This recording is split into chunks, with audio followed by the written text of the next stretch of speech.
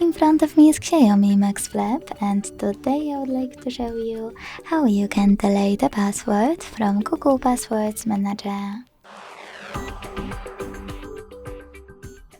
Begin by opening Settings and scrolling down to access Google. Then hit All Services.